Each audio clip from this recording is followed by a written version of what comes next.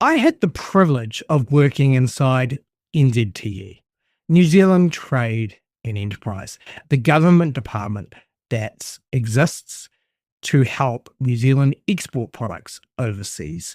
And so they have BDMs around the world, business development managers who help sell products and run trade shows.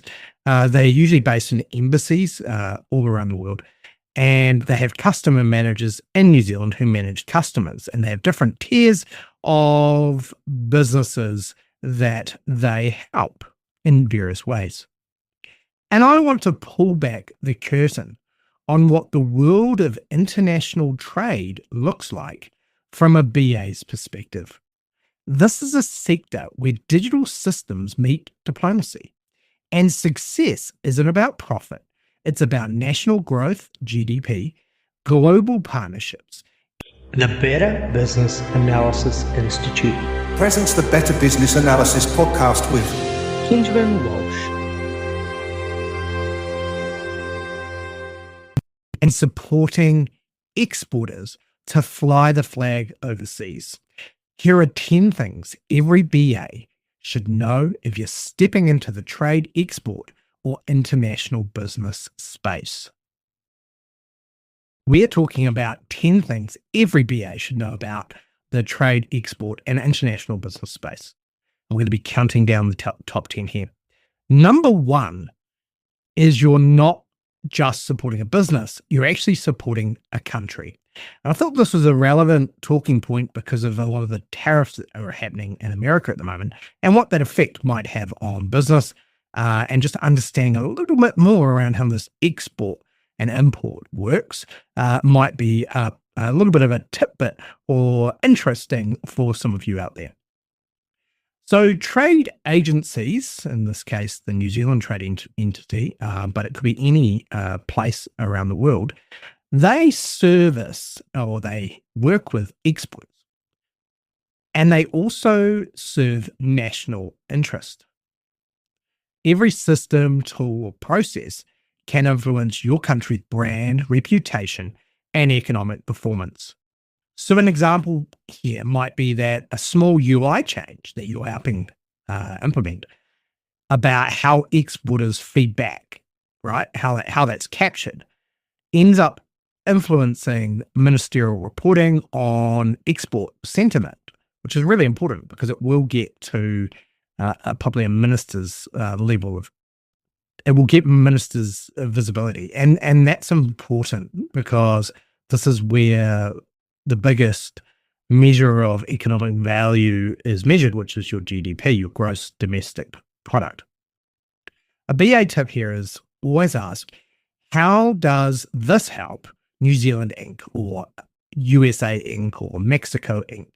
Your solution needs to serve the individual exporter and the broader economic narrative that your country's coming up with. So I'm just going to go off on a side tangent here. At the moment, a lot of manufacturers in the US, they're being encouraged to move their offshore manufacturing into the US, but it's very difficult to do that because they source products from all around the world because we're in a neoliberal economic open free market society. And so some of those people that import, the reverse of export here, are feeling the pain. So I want you, this perspective we're looking at is the exporters. They are the ones who are trying to get into America, right? It might be China with their goods, they're exporting goods. You may not think about that. You may think about it in the US as importing the goods, but it's the other side of the balance sheet. Right. So number two is the fact that the stakeholders, as we've just talked about, are global and they're diverse. Your user spans time zones, cultures, languages, and industry. From food and fiber to SaaS to high manufacturing, value manufacturing, or chips, for example, AI chips at the moment is a hot topic, or raw materials. Both precious metals is a geopolitical hot topic at the moment. Personas can include the exporters, the offshore business development managers, the government officials, and more. And as I said, there's that key importer who's using those products. An example here is that you might be gathering requirements for a CRM enhancement. Actually, I was doing this. And the needs of the trade commissioner in Singapore, the trade commissioner, so they usually call them commissioners in the embassy in Singapore, differs massively from maybe the multi-ag business advisor in Gisborne, New Zealand. So the customer who's trying to export. And so the fact there's a cultural difference there, you need to bridge that gap. So the BA tip here is that you need to build globally inclusive personas, right, early. This is not around making sure you're using diversity in the workplace. This is literally the fact that you have diverse customers. You can't ignore this. You need to test assumptions with offshore staff and figure out what those cultural diverse teams know about their market. This is so important and where people get things wrong, and they can actually insult a whole market because they're not doing things the way in which that culture would expect business to be run. Okay, there's whole tricks here. There's tricks around, I know, around the fact South Korea, they've got a big drinking culture, and a lot of business is done around doing your business, personal relationships. And in some cases, this is a total generalization, but in some businesses, it's about getting drunk, singing karaoke. That's part of the business relationship. So you've just got to be really clear that you know what you're getting yourself in for. Number 3 is that business success is measured differently. So not everything is around return on investment, immediate return on investment, as it would be in your closed market in your country. Success can be longer term, like breaking into a market, right? First market entry, being the first person to export New Zealand product like peanut butter is a major export for us. It sounds really weird, but we make premium peanut butter here, even though I'm not sure where the peanuts actually come from. And it's broken into the US market massively because it's totally different to what Kraft or one of the big manufacturers in the US provide. So it was one of the customs we had at New Zealand Trade Enterprise. It's all around strategic partnerships for long term, and it's about capability uplift. So your analysis needs to support intangible KPIs. That's the key point here.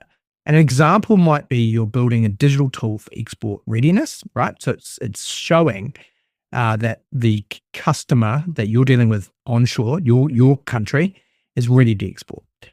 And maybe it doesn't generate revenue directly, but it helps 500 businesses enter export markets within a year. So you're not measuring the amount of money made by those exporters. You're measuring that you have helped 500 businesses be able to export to markets. Does that make sense? Because you're that middle person. You're the ones who are helping facilitate the relationship. The BA tip here is when framing benefits, consider strategic outcomes, really important, not just efficiency gains or dollar figures. Number 4 is that everything has a political dimension. So tightly coupled in the import-export market. Export promotion is tied to government policy, trade agreements, and international diplomacy. Anything you build or change may need to withstand ministerial scrutiny. It may unfairly be biased because you're based in China and you're manufacturing something, and then everyone's suspicious that the Chinese government has baked in some, spying software into your product. That happens all the time. Vice versa happens, maybe more covertly from the US doing that, or Israel or whatnot. An example here is that you propose a change to an export onboarding workflow, right? Getting exporters on board. And the minister of your area or a government official, if you don't have ministers where you're from, wants assurance that it won't exclude smaller regional players, for example, because at the moment the government internally is searching for votes from small regional players. Okay. And that's actually the case in New Zealand at the moment. The BA tip here is and just anticipate there's going to be a political lens across this. Be ready to back up your analysis with equality, regional impact, exclusions, transparency. So they're really important. Number 5 is that systems must flex for many markets. So a one-size-fits-all platform really works. You're designing for different levels of digital maturity, infrastructure, and privacy regimes, which is so true from the East and West kind of geopolitical ties we have at the moment. You need to have cross-border data compliance, and it's real. So you've got, the GDPR, I think it's called, and the PDPA. If you have a website, for example, in the UK, the whole accepting cookies is mandatory. That isn't the case in New Zealand, and I don't think it is in the US. An example here is that a new deal management tool works fine in New Zealand, but it hits legal and usability issues in China due to data sovereignty laws. That's so true. And that goes for infrastructure too. So I'll give you a tip and then I'll give you a story. Always include international compliance and localization factors in your scope analysis. And when I worked at New Zealand Trade and Enterprise, we had a CRM system customized for both our BDMs and our customers, mainly focused on the customers in New Zealand, but the BDMs would use it. And even accessing that system, which was running on global SaaS, was a mission from an infrastructure point of view in places like China. So we had to, and making it secure, because this was sensitive information. And really, this was sensitive information that could easily be accessed if not secure. So we had to do some very tight kind of VPN secure network, which then had an impact on performance of the solution we were providing. So you just got to be careful about that. Number 6 is that relationship management is everything. Trade is built on trust. Systems that support relationship visibility, continuity, and context are gold. So if someone is picking up a BDM moves on and then another BDM comes in and they're working in, let's say, Canada, they need to know what the relationships were, and you're dealing with all the Canadian officials, and you're exporting from the US to Canada. Well, you need to understand the context, you need to understand the relationships. The CRM side, actually capturing all interactions in one place, is so important. And your role is to enable strategic human connections, not just transactional relationships. Okay, so think more like a doctor than maybe going to your mechanic. An example here is that you need to improve, or you are working on improving, a contact history tracking for offshore staff, your BDMs. And then suddenly, when they need to prep for meeting with exporters, they maybe haven't seen these people for ages, but they can go back into the system and see like years of history, 10 years of history as a game changer. And that matters. It's like, oh, well, I spoke to Max or my predecessor spoke to Max in 22, and this was the conversation he had, and apparently it was really good. And there was some great conversations about how we can help each other, blah, blah, blah. The BA tip is to prioritize features that you're building that improve trust building, transparency, and continuity in stakeholder journeys. So what I'm saying there is repositories of information is very key. And getting people to log those transactions is key, which is a challenge. 7 is you'll be dealing with fuzzy problems. Many initiatives don't have a tidy process map. You're often dealing with emerging needs, pilots, experimental programs, thinking off the cuff. That's the people that survive in these roles overseas. And ambiguity is the norm. Okay, so you need to you can't just have a rigid process. Say there's an example, we want to help exporters tell their sustainability story better, right? What does that mean? You'll need to help figure that out. You need to use maybe design thinking and lean canvas techniques to shape loosely defined initiatives into BA ready problems that you can then solve and have, I guess, localization, small customizations with a small c, so you customize or you can on the fly work dynamically. Number 8 is that data drives narrative, not just operations. So the agency reports to government, right? And stakeholders are using data to tell success stories. This means that dashboards aren't operational dashboards, are things, working well, what's the numbers, are we going up and down in revenue? They are political and they are strategic. Maybe you're working on a reporting enhancement for an offshore team that's in another country, and it's for their activity feeds, right? That of what they're doing and those conversations and the tags and all the kind of soft metadata that could feed into an annual report to Parliament or to your government, the Congress or the Senate. The BA tip here is treat data visualization and insight generation as part of your analysis toolkit, and it's not post project fluff. You need to think about it from that angle first, and you do that sometimes with reporting projects anyway, but this might be, you might have an extra layer on top of that because the data that you're using isn't just quantitative data that you're collecting. It's also stories, tags, really strange data points around political influence and things like that. So you really need to think about that up front. And what do your stakeholders want? And that's what does the minister want?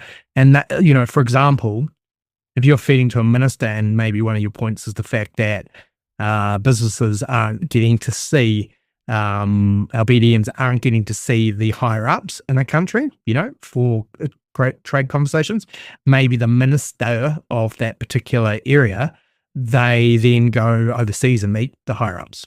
That's generally how it works. And so your data needs to show that, right? No amount of revenue figures going to indicate that.